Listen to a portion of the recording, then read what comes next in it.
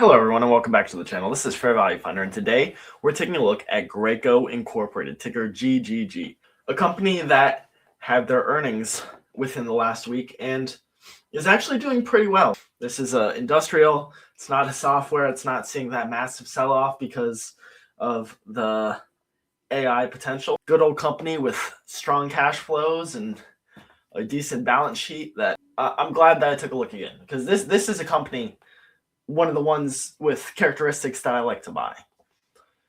It is somewhat overvalued at the moment. I'm coming up with a fair value of $81.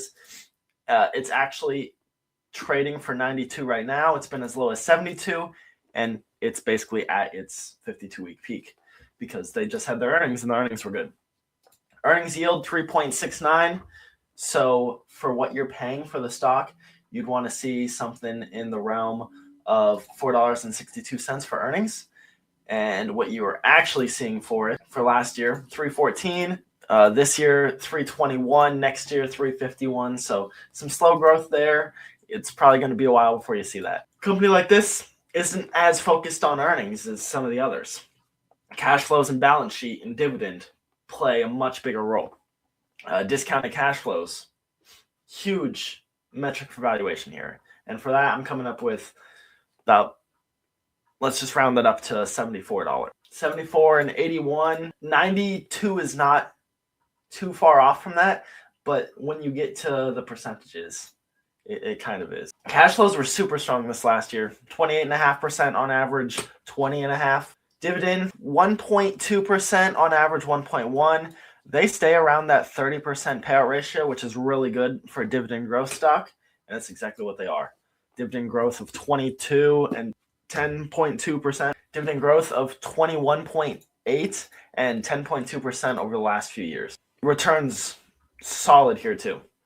And we like to see something above 10%, something where you're going to have returns exceeding what you typically experience in the market.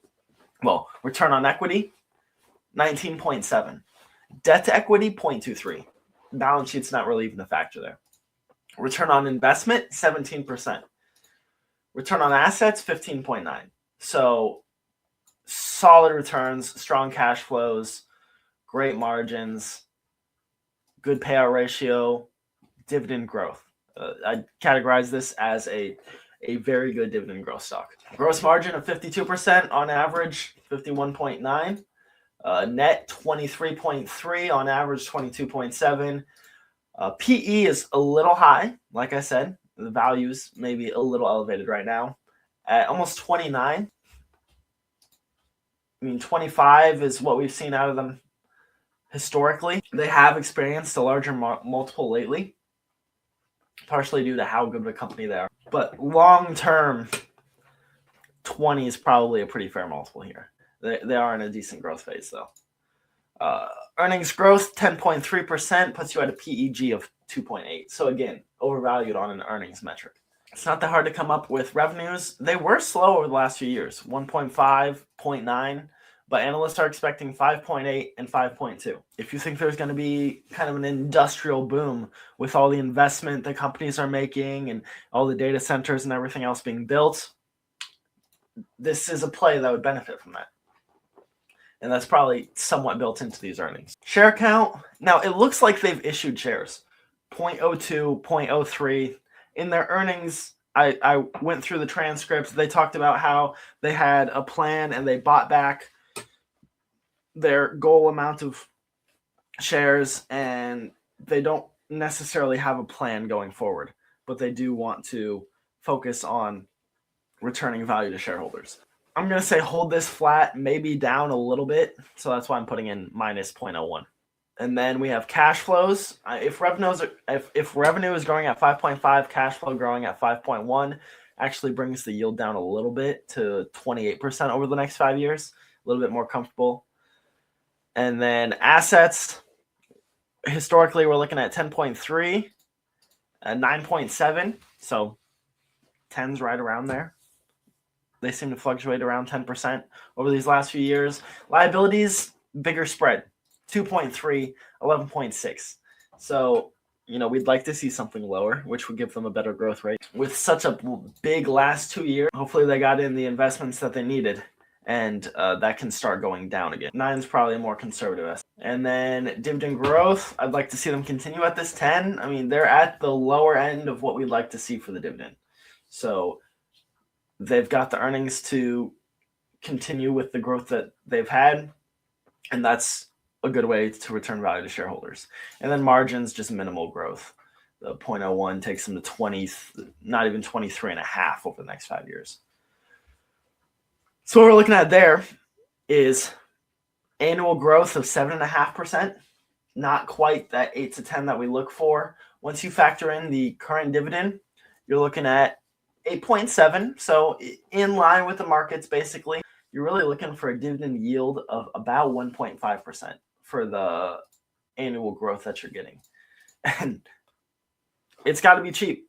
Essentially $67. It hasn't been that low in the last 52 weeks. I know that's shooting for the stars, but I think the ideal price to purchase this thing is $75.50 because you get the balance of the returns and the dividend yield that puts you right in line with market returns. You'd be looking at 26% in 3 years, 47% in 5 years, assuming that this is the scenario that happens and the share price is in line with the fair value. There's nothing really crazy to say about this one. It's going on my watch list. I'm going to keep an eye on it.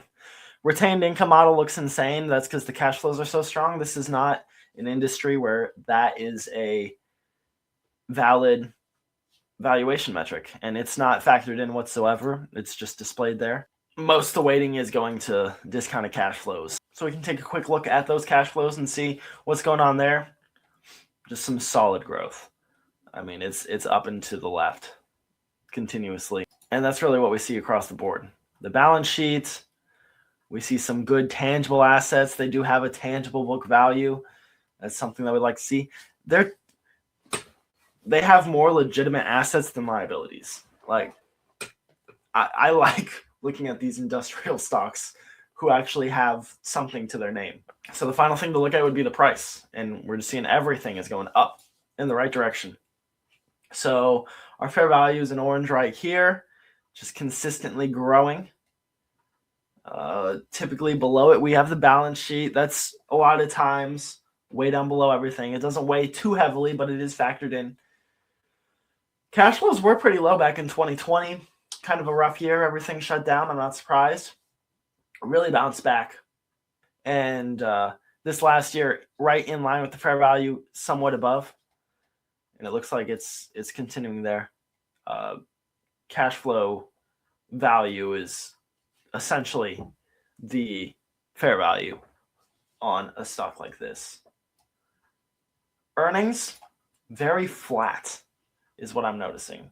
And we had 68, 75, 72, 78, looks like 80. Starting to go up again. And we did see that in the numbers too. We saw that over the last few years.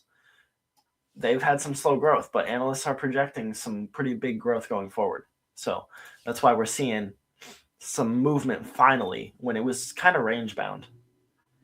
And then the actual share price, this thing seems to always trade at a premium. You had good value back in 2023, not too far off from the fair value. There's probably some fluctuation in there. You could get into the stock at or below the fair value. Then this last year was trading at a premium of about $10, which honestly is a pretty big premium for a stock that's trading for under 100. And then as of today, trading for $92, fair value. Really, there's a cluster of values right around this high 70s to $80 level. So I do think it's a little high off earnings.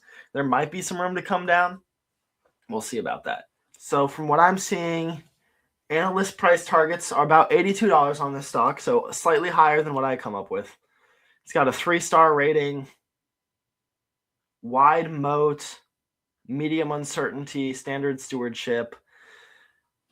Insiders are purchasing this stock for sure. Hedge funds, they've kind of been trimming over these last few quarters.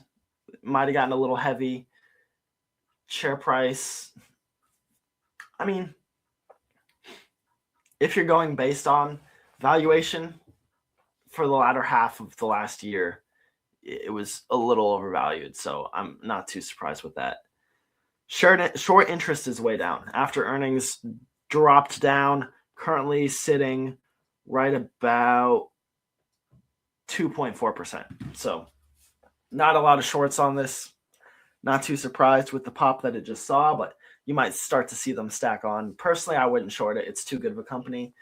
Maybe if it gets a little bit higher, start looking at some call credit spreads on the other side of that $100 mark, that psychological level, where it might see some resistance before it's able to break. So you might be able to get some premium there.